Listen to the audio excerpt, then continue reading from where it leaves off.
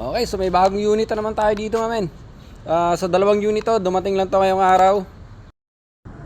Okay, so ito yung isa. 2018 na Corolla Altis, Toyota Corolla Altis na color black. At itong isa, Honda Civic na 2017 naman. So silver. Okay, so ngayong araw lang dumating to. Mainit-init pa yung dalawa na yan.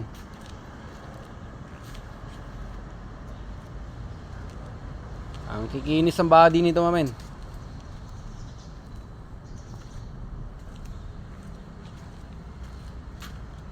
So ang gaganda ng kondisyon. Itong Corolla Altis na to, napakakinis din ito, lalo na pag nabakafing to. Ayan. So color beige ang interiors nya. So wag na muna natin tingnan yung interiors niyan. So abangan nyo na lang. Kasi nakalock eh. Hindi ko mabuksan. Wala na si boss, nakauwi na. Okay, ito naman yung isa na 2017 na Honda Civic. Napakagwapo nito. So ikutan natin yung body. Ang gwapo din ito, mamen, no?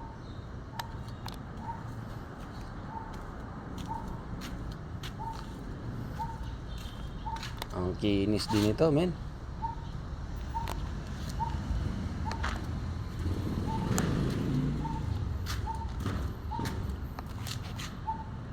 So ayan, so dahil kakarating lang nito, hindi pa natin nalinis parehas to.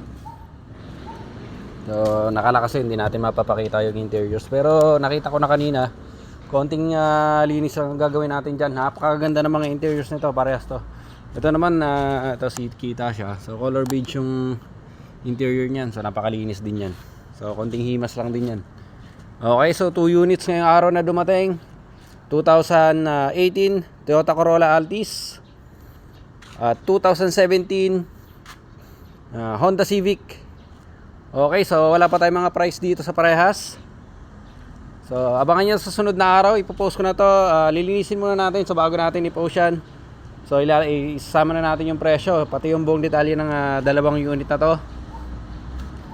So baka naghahanap kayo nito, mamen.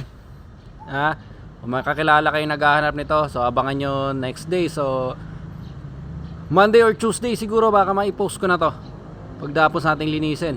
Parehas sa pagwapo nito. Body pa lang yung nakikita natin dyan, hindi pa natin nakikita yung interiors nya.